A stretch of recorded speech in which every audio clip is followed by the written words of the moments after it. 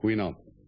Die minister van Buitelandse Sake, meneer Pik Botha, het vanmiddag tydens die bespreking van sy begrotingspos in die Volksraad die moontlikheid genoem dat Suid-Afrika die wapenverbod teen hom kan omseil deur Amerikaanse wapens van Mosambiek te bekom.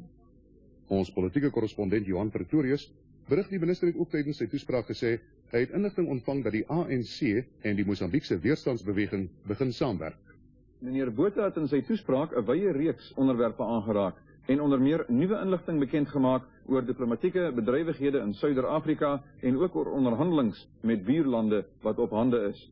Hy het duidelike aanduidings gegee dat die vredesinisiatiewe in Suider-Afrika nog steeds volstoom aan die gang is, toe hy bekend gemaak het dat die eerste minister van Swaziland, lede van die Opperstaatsraad en 10 kabinetslede môre in Kaapstad aankom as die gaste van die Suid-Afrikaanse eerste minister.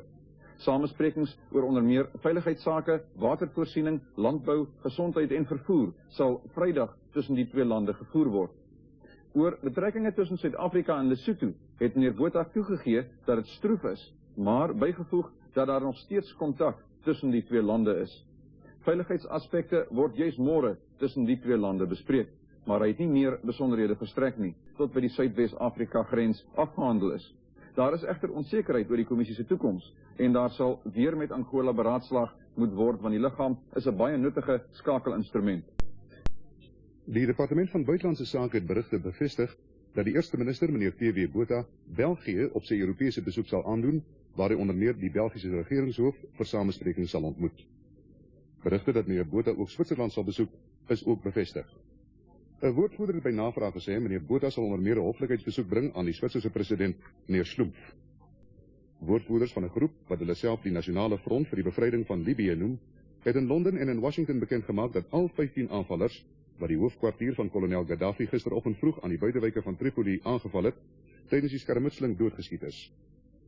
Volgens die woordvoerders is talle van kolonel Gaddafi se leiwagte ook in die bloedige aanval van 5 ure lank doodgeskiet of ernstig gewond.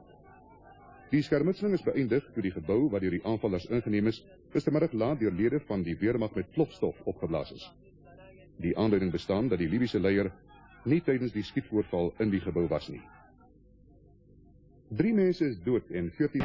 Ry om op 'n plaasbad, hy's 'n wonder, op met 'n kloof en af met 'n donker. Nêrens 'n bakkie so sterk soos hy nie, hy's jou vooreenwonner.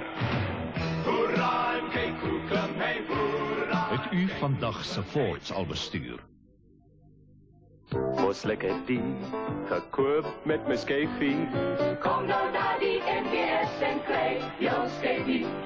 Ons het ons skyfie, alle tweede keer die.